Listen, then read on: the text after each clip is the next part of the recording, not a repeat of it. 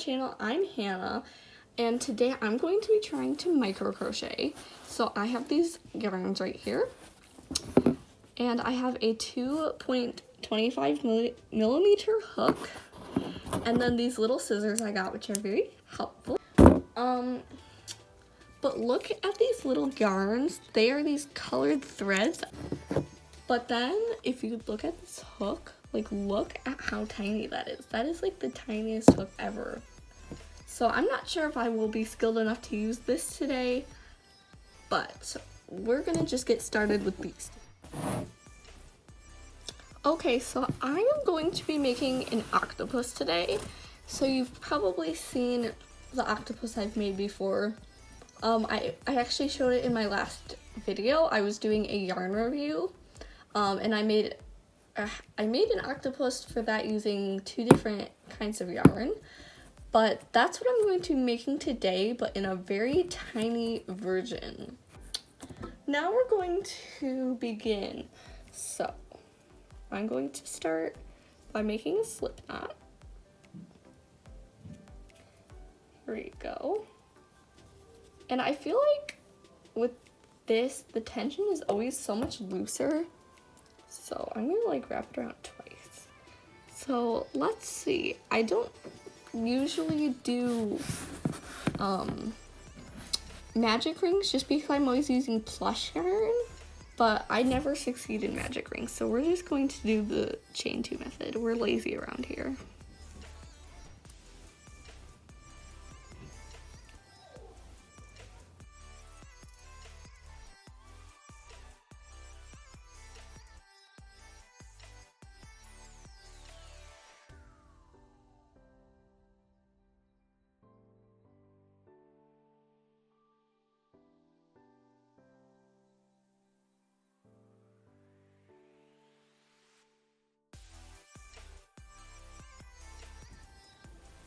So I think while I was doing this, I just incorporated like that little tail into that stitch.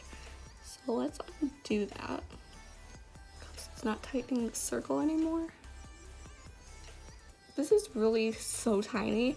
It's definitely a challenge. I'm not sure how people like make those really cool like plushies and everything using such tiny yarn.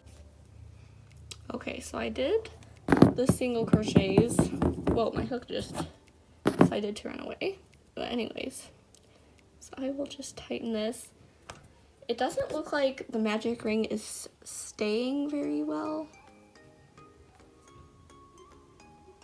but here's how it's looking. And I'm just going to continue on this pattern, and I will show you guys once I get a few more rows in how this is looking. I have 2 more rounds before I can start doing decreases.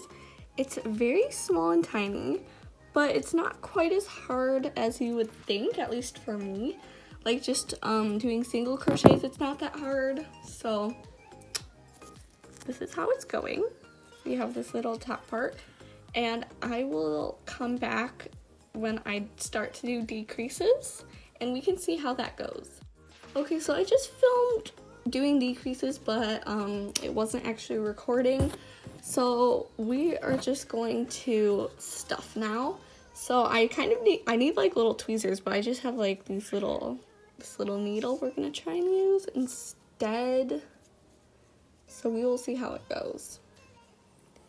Okay, so let's add in the stuffing.